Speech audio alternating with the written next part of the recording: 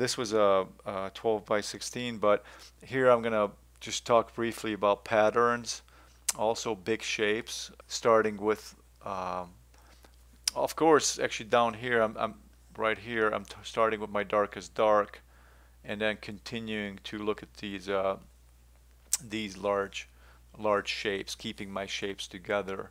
So you'll see in this next step again, through another dark down here, but again, this is one large shape. I'm keeping it together, continuing to keep this together for the most part, and here too. I'm not scattering them out too much, so that's kind of key. And you'll see in this next step, obviously keeping this again as a large pattern down below, and adding in some definitely more color and some values. But if you squint at it, still, I'm not scattering that out my values too much, kind of keeping it together. Large shapes, large kind of shapes here too. This is a large shape also.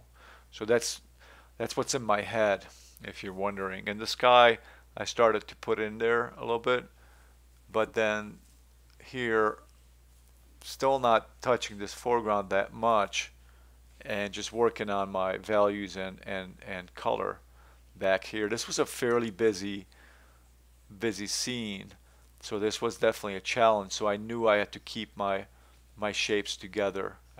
I just couldn't scatter them out and divide them into 20, 30 different small shapes, even though in the photograph it was like that. And then moving on, you can kind of see the difference here and here, starting to add more paint to it. It's a little bit thicker paint, adding of course the sky. So I'm stepping back one, forward,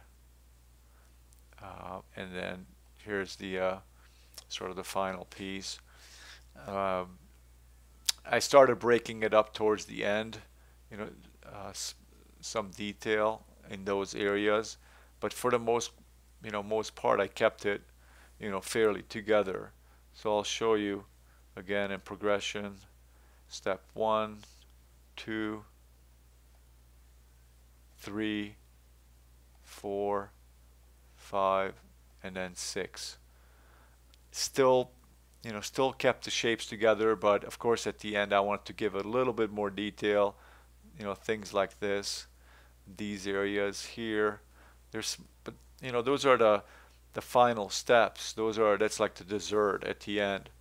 Without me blocking it in like this, this is sort of the heart of it at this stage. Like here, I'm kind of flipping through it quickly, but so keep those shapes together. Don't divide things up too much, and I think your paintings will turn out better.